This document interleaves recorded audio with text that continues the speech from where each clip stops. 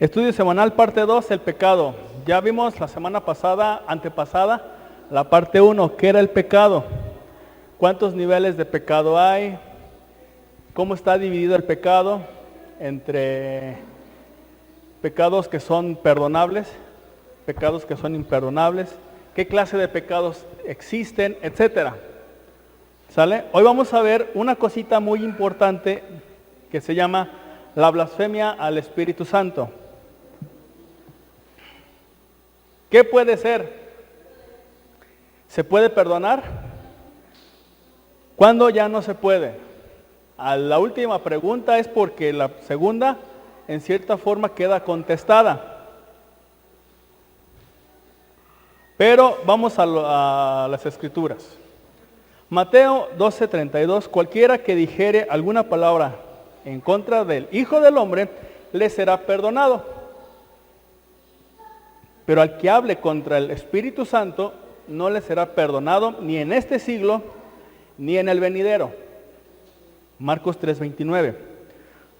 Pero cualquiera que blasfeme contra el Espíritu Santo no tiene jamás perdón, sino que es reo de juicio eterno.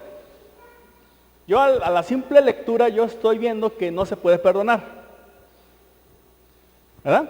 O sea, a la simple lectura, a lo que está diciendo.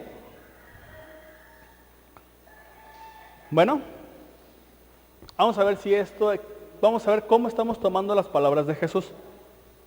Porque es importante entender qué es lo que Jesús nos está diciendo. Por eso les di unas hojitas que ahorita las vamos a ver. En Isaías, antes de Isaías, vamos a nuestras hojitas. Necesitamos entender el contexto de por qué no se puede perdonar aparentemente estos pecados, o este pecado, la blasfemia en contra del Espíritu Santo. Y vamos a nuestras hojitas, ¿sí? Y dice, vamos a entender el contexto. Mateo 12, vamos a nuestras hojas. Dice, entonces fue traído a él un endemoniado, ciego y mudo. Tenía todo. Lo único que le faltaba era que estuviera sordo. Y le sanó de tal modo que el ciego y mudo veía y hablaba. Y toda la gente estaba atónita y decía, ¿será este aquel hijo de David? Mas los fariseos al oírlo decían, este no echa fuera los demonios sino por Belcebú, el príncipe de los demonios. Sabiendo Jesús los pensamientos de ellos, se les dijo, todo reino dividido contra sí mismo es asolado, y toda ciudad o casa dividida contra sí misma no permanece. ¿Sí? 26.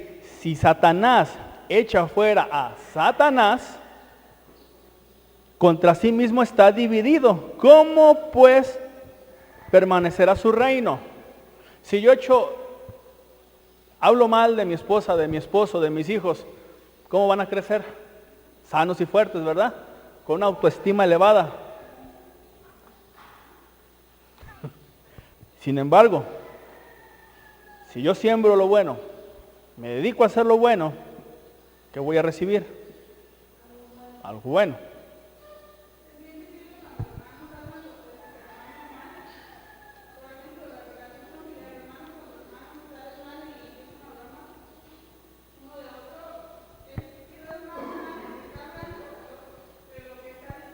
Sí. Así es. Entonces imagínate Satanás peleando contra sí mismo. Ay, qué emocionante, ¿verdad? 27. Aquí está lo interesante. Si yo echo fuera a los demonios por Belcebú o por Satanás, pregunta Jesús a los fariseos, ¿por quién los echan vuestros hijos?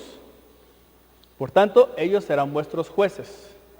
En otras versiones diría, ¿en el nombre de quién sus hijos echan afuera a los demonios?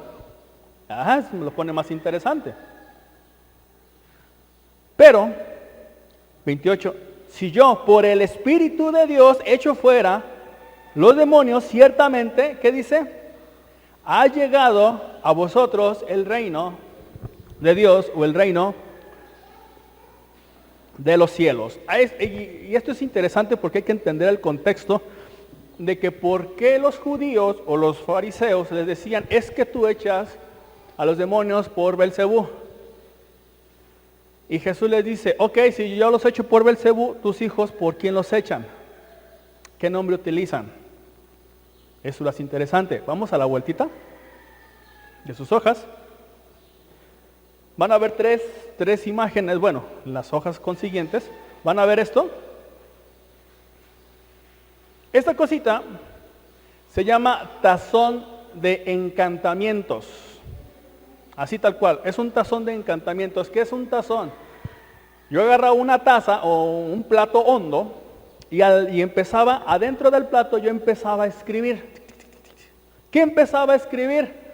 Bueno, era precisamente para hacer exorcismos, este tazón.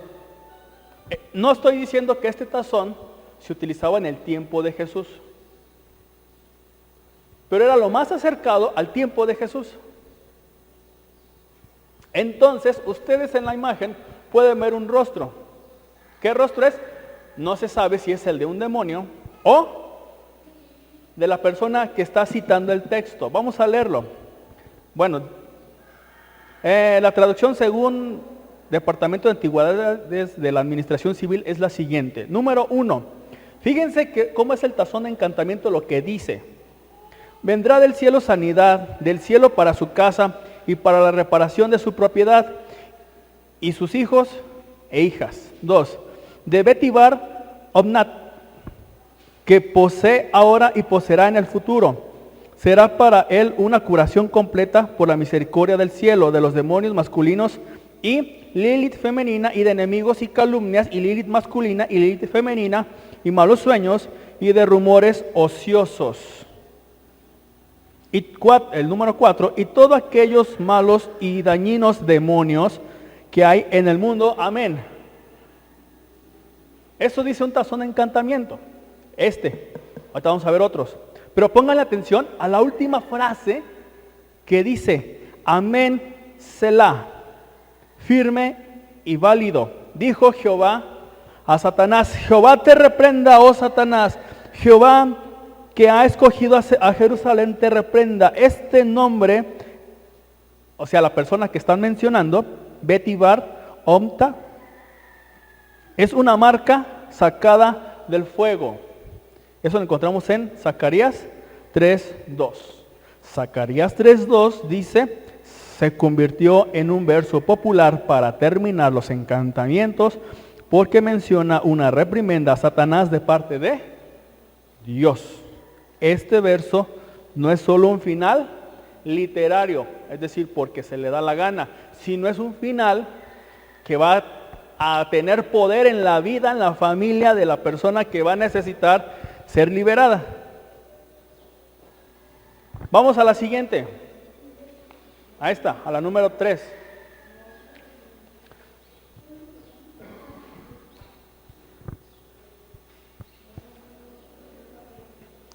Dice, traducción de la inscripción, cuerpo, salud, maldad y unos puntos negros. Hago jurar y conjuro demonio y diablo, Satán, espíritu maligno de Ma, y Calva y Mamai e hija de Sutra, elevado entre las aves del cielo, os conjuro vosotros, demonios y bandas de espíritus y plagas y satanes y monstruos nocturnos y dañinos, el demonio fornicador, todos malvados y poseedores, espíritus dañinos que aparecen, Manai, nieta, hija de Imni, le ordeno jurar y conjuro a todos ustedes que salgan de la casa de la residencia de Manai, hija de Sufra. Todos, sin misericordia y sin bendición. Amén, amén, Selah. Fíjate lo que está diciendo el tazón. ¿Esto se utilizaba mucho en el tiempo de Jesús? Sí, mucho. Nada más que nosotros no lo sabemos.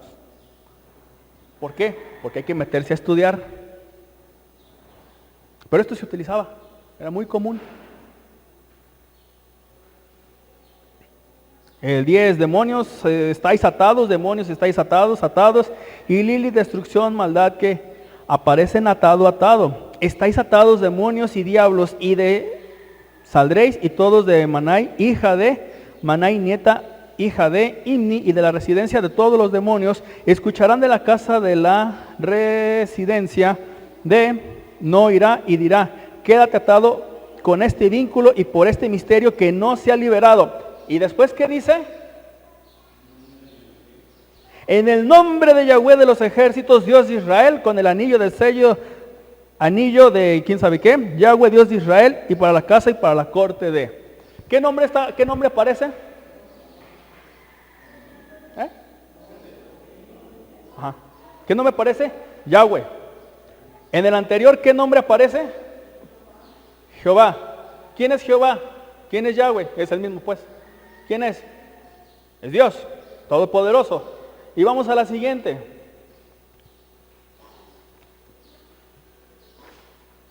En esta tiene un demonio, el tazón. ¿Sí? Es un demonio. El que ustedes ven aquí, es un demonio. Según el que el que le puso aquí adentro del tazón. Sellados y contrasellados están la casa, la morada, las posesiones, los hijos y las hijas, el ganado y el alma de Ahai, hijo de Ispandarmín, e Ispandarmín, hija de Cuonma, nombrecitos.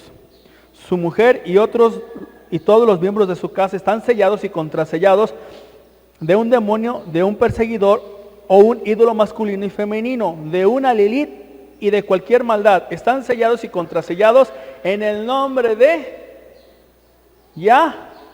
Jehová Sebaot. Amén, amén, Selah, aleluya, aleluya. ¿Qué nombre aparece? El tetragramatón, el Yud, Hei, Bab, Hei, Sebaot. Sebaot es ejércitos. ¿Sí? Te pregunto, en el tiempo de Jesús, ¿qué nombre utilizaban los exorcistas para sacar fuera a los demonios? En el tiempo de Jesús, ¿qué nombre utilizaban los exorcistas para sacar fuera a los demonios? ¿No? Pero antes de Jesús, en el tiempo de Jesús. Exacto. Antes de la guerra, ¿cómo utilizaban? Está la base. Vamos a la primera hojita. Aquí. Al final dice, Zacarías 3:2 se convirtió en un verso popular para terminar los encantos porque menciona una reprimenda a Satanás por parte de ¿quién? De Dios. Entonces, imagínate, los fariseos le están diciendo a Jesús que tú por Belcebú echas fuera a los demonios. Pero Jesús les está diciendo, perfecto, yo por Belcebú echo fuera a los demonios, está bien, no hay problema. Pero tú, ¿por qué los echas? Porque estos estaban utilizando el nombre inefable, el nombre sagrado. Los fariseos. Fíjate. ¿Sí? ¿No? Porque hubo una ley rabínica en aquel tiempo de Jesús, ya lo vimos nosotros. ¿Sí? Todo eso y más. Hay un puño de tazones, hay pergaminos y hay un pergamino que se llama En el poder de Belcebú. Así. Poder de Belcebú se encuentra en Qumran, cueva 4, cueva 11, 4, 5, 60, algo así.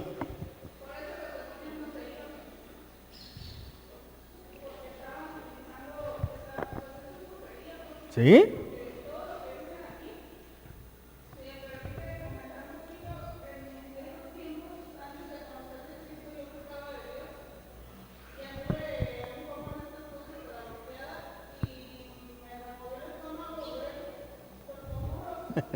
¿Sí?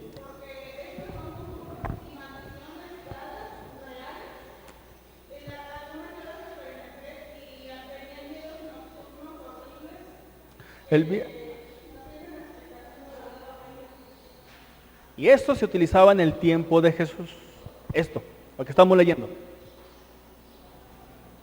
¿Era muy normal? Sí, sí era muy normal. Era como nosotros, vamos a los chamanes de Veracruz. ¿Sí? ¿Es muy normal? Sí.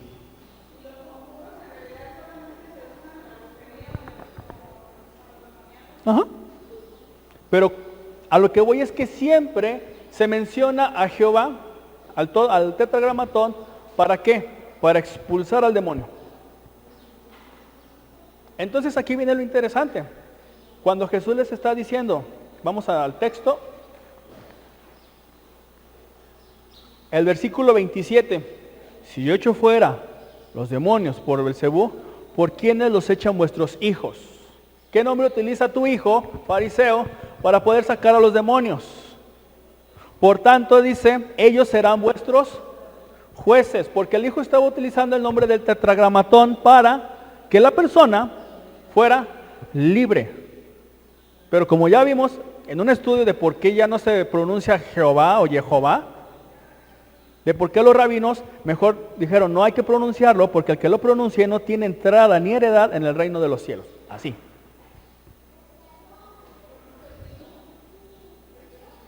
Por no blasfemar el nombre de Jehová. Nomás por eso.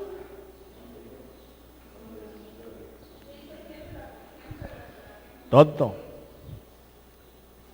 Entonces, lo que quiero que veas es cómo estas personas estaban metiendo al Señor en calumnias.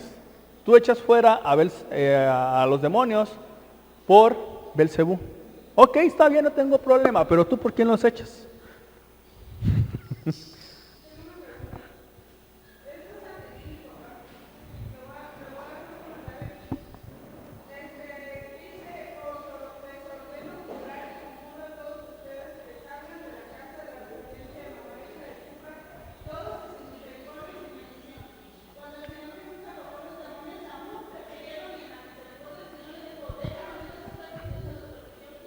¿Sí? Pues Miguel Gabriel, igual.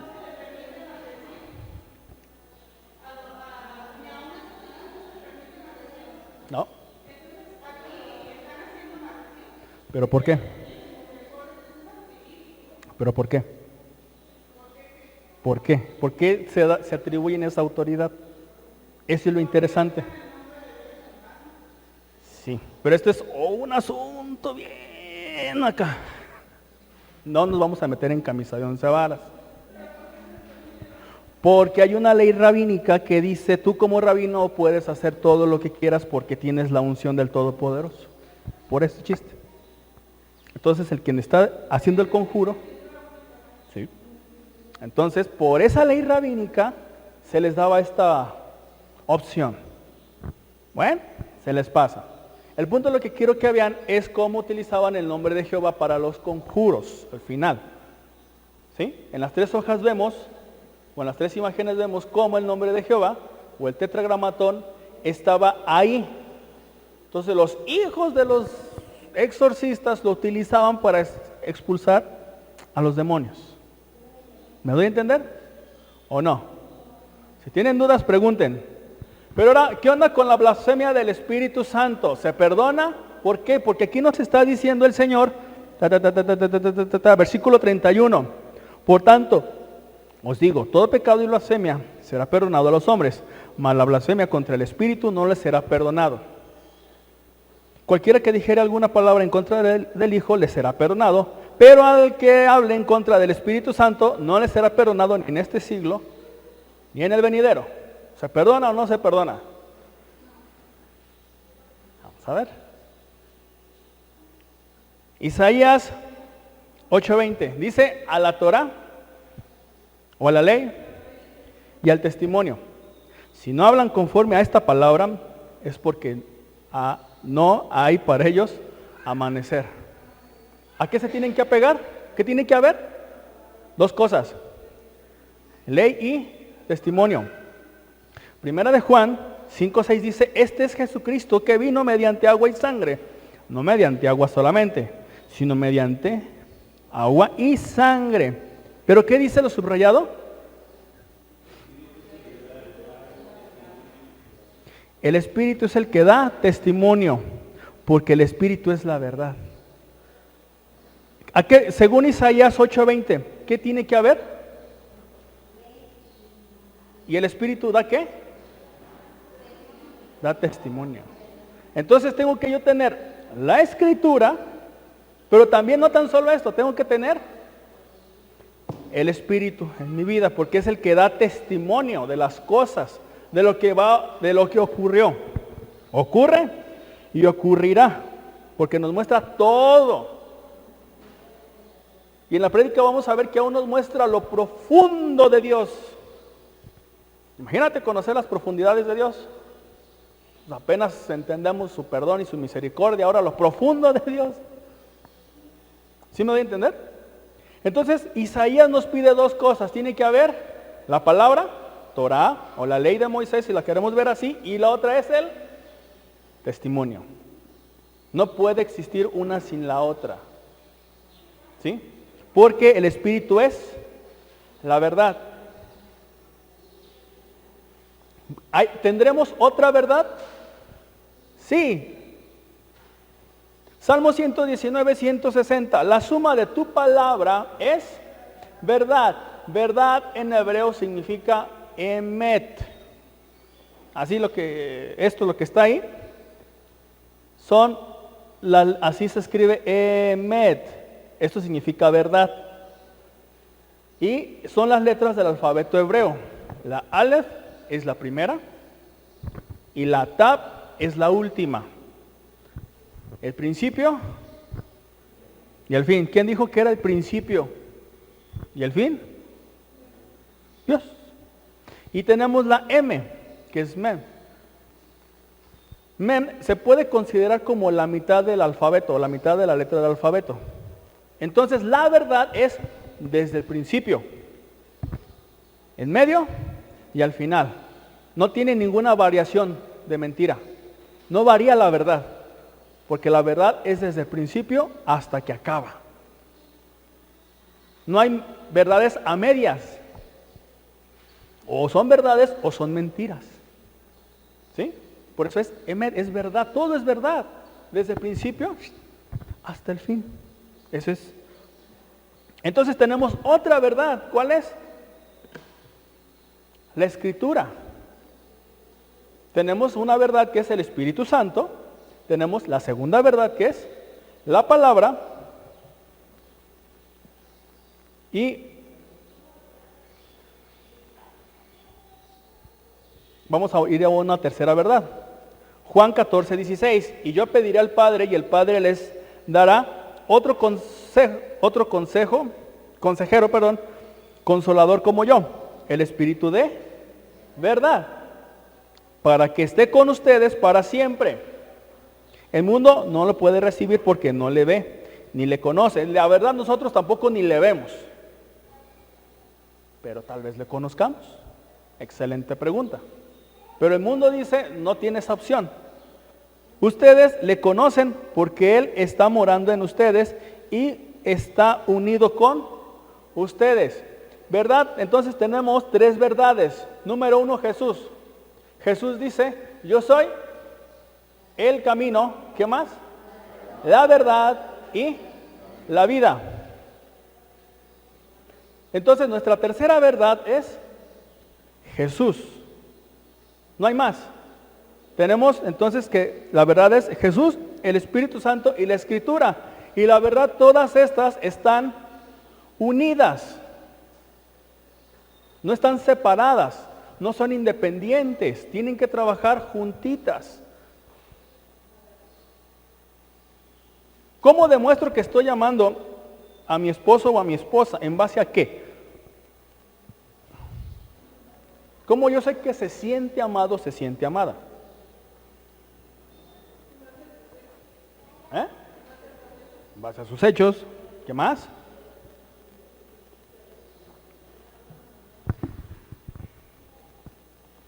¿Cómo sé que mi esposa se siente amada? ¿O mi esposo se siente amado? ¿Yo cómo lo sé? Excelente pregunta. Porque se lo demuestra. Porque no tan solo es te quiero, sino hay algo más. Tiene que haber una acción. ¿Qué? No lo sé. Porque a lo mejor puede ser lavar platos, barrer, hacer la comida, un montón de cosas, la verdad. Salir a pasear, no lo sé. Es una demostración, yo estoy demostrando. ¿Sí me doy a entender? Y no tan solo es, ay, te quiero mi vida, vamos a ver la tele. ¿Sí la está queriendo? ¿Está demostrando que la quieras? Ve tú. Incluso cuando le dices, pues ve tú si quieres. O que dice, oye mi amor, ¿me das permiso de ir? Sí, tú ve. Es otra forma. Pero dependiendo otra vez.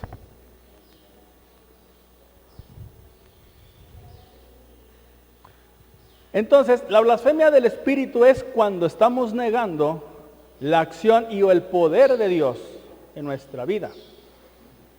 ¿Qué estaban haciendo los fariseos? Negando la obra del Espíritu Santo. A pesar de que sabían de que en el nombre de Jehová echaban fuera demonios, estaban diciendo la verdad, no nos interesa, mejor mentimos y decimos que tú echas fuera a los demonios por el espíritu de Belcebú y nos quitamos de problemas. Te hacemos ver a ti el malo y nosotros el bueno. 1 Corintios 12:5. Hay diversas maneras de servir, pero un mismo Señor. Hay diversas funciones, pero uno es un mismo Dios, el que hace todas las cosas en todos. A cada uno se le da una manifestación especial del Espíritu para el bien de ¿quién? A unos, ¿qué dice? Dios les da. En todos estos versículos vemos que Dios está dando, Dios está otorgando, es Dios. No es la iglesia, no es el pastor, no es el apóstol, es Dios. Es el Espíritu quien da. 8. A unos Dios les da por el Espíritu palabra de sabiduría. A otros, fíjate, a otros, por el mismo Espíritu, palabra de conocimiento. A otros, fe, por medio del mismo Espíritu. A otros, y por ese mismo Espíritu, dones para sanar enfermos. Y la lista sigue. A otros, poderes milagrosos. A otros, profecía. A otros, el discernir espíritus. A otros, el hablar en diversas lenguas. A otros, el interpretar lenguas. Todo esto lo hace un mismo y único Espíritu.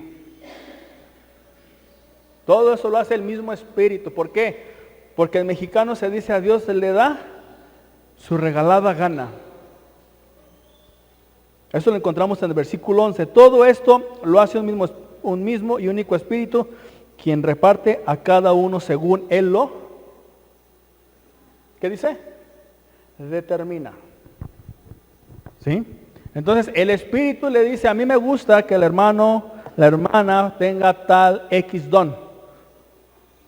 ¿Por qué? Porque yo quiero, porque me place. Entonces un hermano no es el hombre orquesta. Tampoco podemos privar. No se puede privar. Y ahorita vamos a ver por qué muchas veces nosotros como cristianos cometemos más blasfemia al Espíritu que un mismo mundano.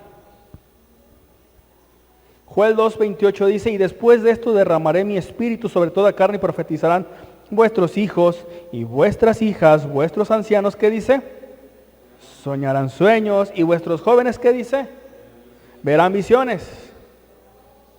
Y también sobre los siervos y sobre las siervas derramaré mi Espíritu en aquellos días.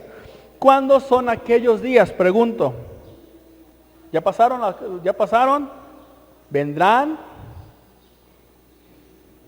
¿Estamos en aquellos días? Estamos en aquellos días. Porque esta profecía se hizo allá con Pedro, en Hechos 2. Ya se hizo allá. Entonces quiere decir que estamos viviendo estos días. Los postreros días son estos días. Y los que vengan. Esos son los días. Quiere decir entonces que el Espíritu Santo todavía da la chance de que pueda haber profecías, pueda haber sueños y pueda haber visiones. Simplemente leyendo Joel, nada más. Leyendo Joel.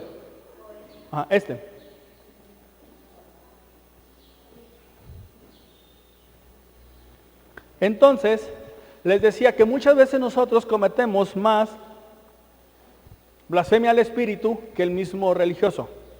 ¿Por qué?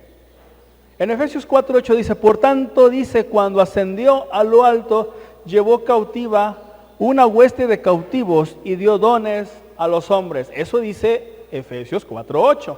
Pero su versículo paralelo me encanta más. ¿Por qué? Porque dice, Salmo 68:18, subiendo a lo alto, cautivaste la cautividad, tomaste dones para los hombres y también para los rebeldes.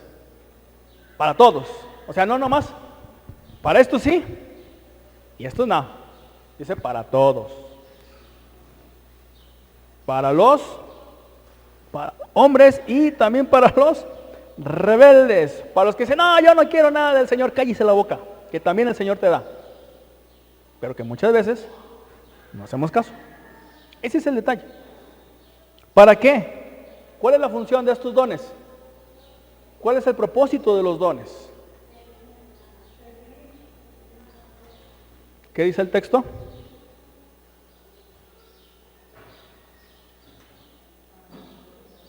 Para que habite entre ellos, Dios.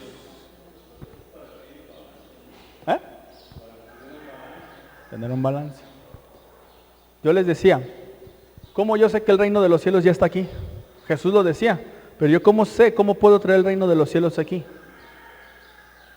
Y les decía, cuando Dios me dice, hijo mío, vete a pecar, pues yo le tengo que hacer caso porque me está diciendo que peque. Es la obediencia. Si Dios me está diciendo, perdona, ¿qué tengo que hacer?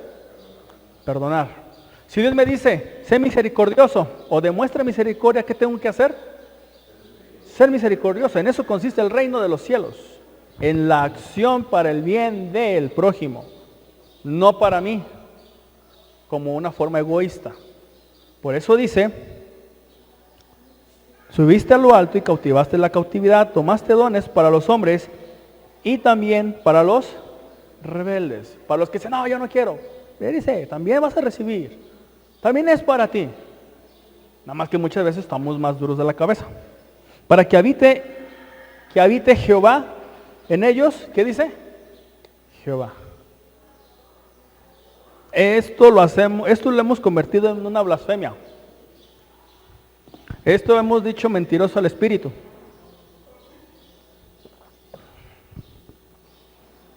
Porque al momento de que yo estoy negando ciertos dones, estoy negando la acción del Espíritu Santo. Te voy a poner un ejemplo. Salmo 68:18. Subiste lo alto, cautivaste la cautividad, tomaste dones para los hombres y también para los rebeldes, para que habite entre ellos Jehová, Dios. Si decimos que ciertos dones o ministerios han dejado de ser, estamos diciendo que, número uno, Jesús ya no está en lo alto. Es cuando dice subiste a lo alto. Número dos, dejó cautiva la cautividad. Cautivaste la cautividad. 3.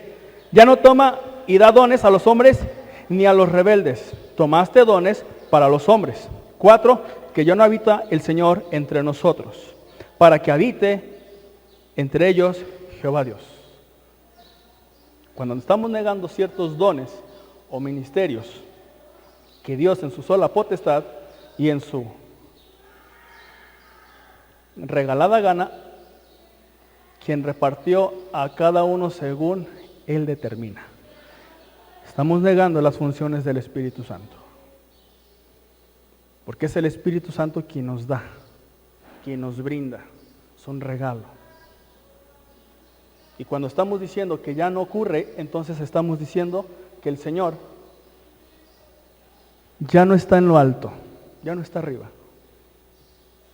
Estamos diciendo que entonces ya dejó la cautiva la cautividad y que ya no toma y da dones a los hombres, ni aún a los rebeldes. Quiere decir que de aquí en adelante, quien nazca de nuevo ya no tiene un don. Es lo que estamos diciendo. Cuando negamos la acción del Espíritu Santo.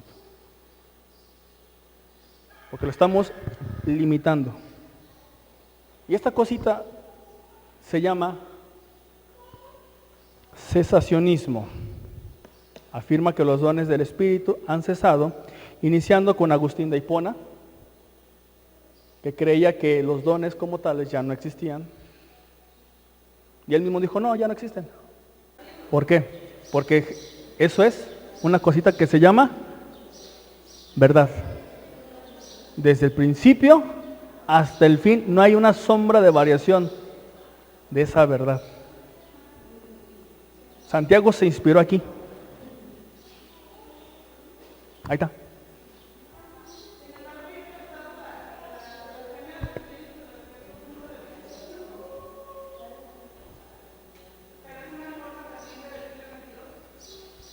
¿Sí? También.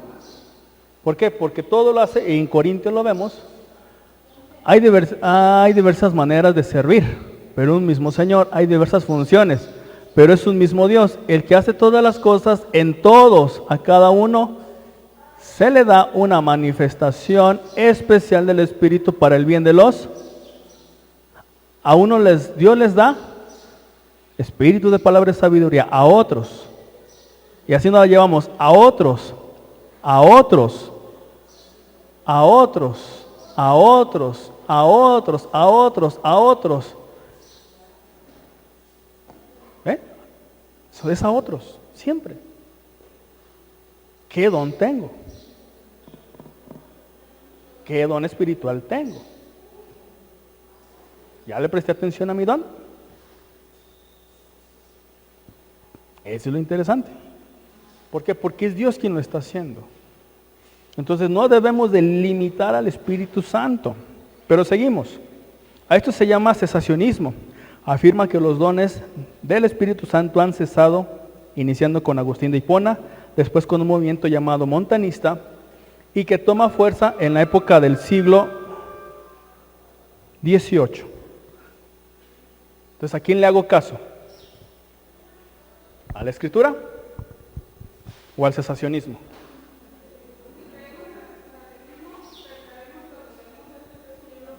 Exacto. Exacto. No, ni yo. Al espíritu o a una doctrina, un cuerpo doctrinario. Y hay pastores que creen esto de la parte del cesacionismo. No voy a dar nombres, no me gusta. Pero está esta parte de, o le creo al mover del Espíritu Santo, como Dios lo pide, como Dios lo demanda, o le creo a una X grupo religioso. ¿A quién le estoy creyendo? Porque al final de cuentas, vuelvo al principio, que tenemos que tener dos cosas, a la ley y al testimonio. Y no puede ir una sin la otra. Tengo el testimonio del Espíritu Santo que me cambia, que me transforma, que me enseña, que me redarguye. Pero también tengo la Escritura quien me muestra cómo. Si yo no tengo esto, ¿cómo sé que estoy agradando a Dios? ¿Cómo sé que lo que yo estoy haciendo está agradándole a Dios?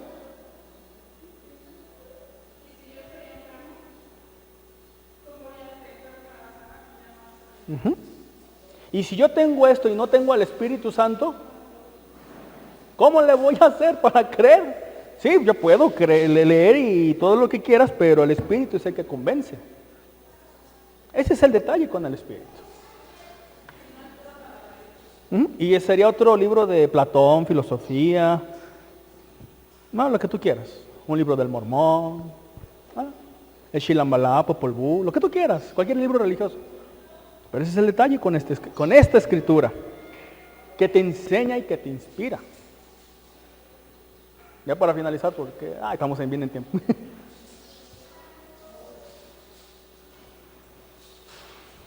¿Qué puede ser? Negar deliberadamente ¿Qué puede ser la negación del Espíritu? Negar deliberadamente la obra de Jehová en el mundano y en el cristiano.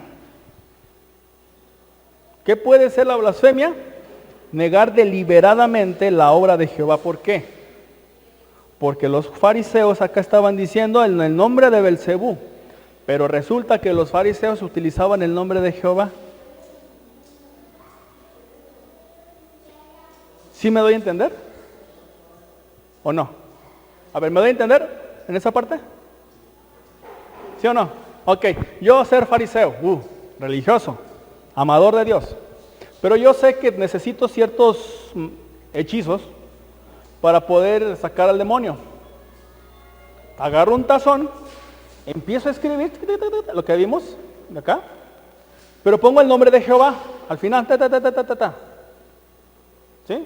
Pongo el nombre de Jehová y con ese ya está lo que habíamos leído. Entonces yo como fariseo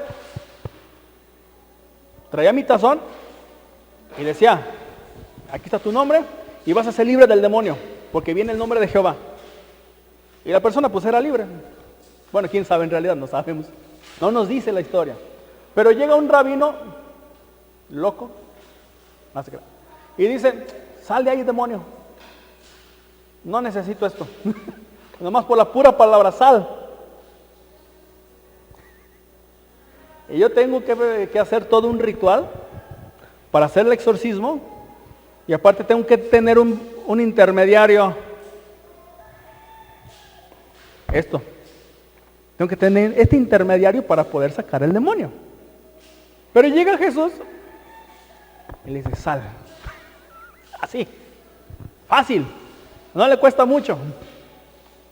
Yo como fariseo religioso supremo, todopoderoso, ¿cómo me voy a sentir? Molesto. ¿Por qué? ¿Cómo es posible que ese Jesús lo saca así y yo tengo que tener toda una preparación y tengo que poner el nombre del cliente o del demonio aquí para poder expulsar al demonio? Y nomás llega Jesús y sal fuera. Entonces, ¿qué yo hago? Lo que siempre la gente ha hecho, calumniar, desde el tiempo de la antigüedad. Por eso en el versículo 23 preguntaban, y toda la gente estaba atónita y decía, ¿será este el hijo de David? Fíjate, preguntaban, ¿será este el hijo de David? ¿Será este el que nos va a liberar? ¿El que va a llevar nuestras culpas? ¿El que nos va a sanar? ¿Será este? Y yo como rabino fariseo todopoderoso, que al escuchar eso, ¿cómo yo me sentía? Relegado, humillado. ¿Y qué decía entonces? Las calumnias, más los fariseos al oírlo decían, este no echa fuera a los demonios, sino por Belcebú. ¿Qué estoy haciendo? Lo estoy calumniando. Estoy calumniando a ese Jesús para que el pueblo ya no acepte la sanidad de ese Jesús y vengan conmigo. Fíjate. ¿Sí me voy a entender? O sea, ¿los fariseos sabían? Sí sabían. Y por eso hay que entender el movimiento cultural del segundo templo, el tiempo de Jesús. Y entonces, ¿qué puede ser? Negar deliberadamente la obra de Jehová en el mundano, en la persona inconversa, pero también en el cristiano. Fíjate. Yo escuché un montón de testimonios y ya casi voy a acabar con eso, que dicen, no, es que eso no es obra de Dios, es obra del demonio. Pero no les voy a poner ejemplos más porque están feos. Segundo, ¿se puede perdonar? Sí se puede. Porque lo que Jesús está diciendo es una forma poética hebrea. Ay, ese es otro asunto. No me voy a meter ahorita. Si quieren leer, lean poesía hebrea de Alonso Schockel. Y ahí vamos a entender acerca de lo que está diciendo.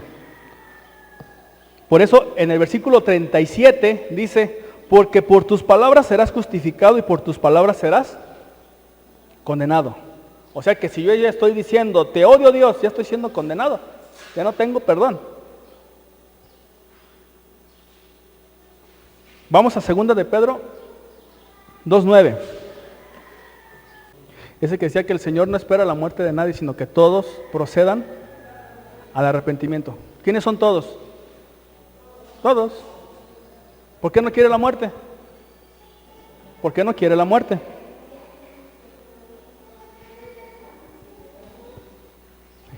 ¿Por qué Él no espera la muerte de las personas? Entonces, ¿se puede perdonar? Sí, sí se puede. ¿Hasta cuándo?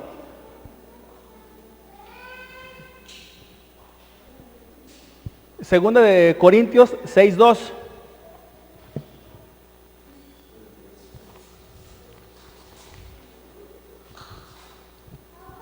Segunda de Corintios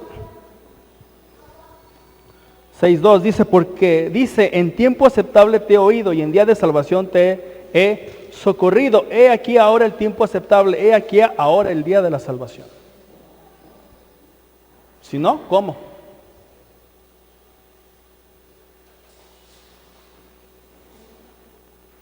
¿Cómo interpretamos las palabras de Jesús? ¿Cuándo ya no se puede? ¿Cuándo definitivamente no? Vamos a Hebreos 9:27. Y de la manera que está establecido para los hombres que mueran una sola vez y después de esto, el juicio. ¿Cuándo ya no se puede perdonar la blasfemia al Espíritu? Cuando te mueres. Estás 3 metros bajo tierra, ya no se puede hacer nada. ¿Cuándo se hace la blasfemia en el Espíritu? Cuando estás vivo. ¿Cuándo puedes ser perdonado? Cuando estás vivo. ¿Cuándo sientes el mover del Espíritu Santo? Cuando estás vivo. No muerto. Muerto ya no.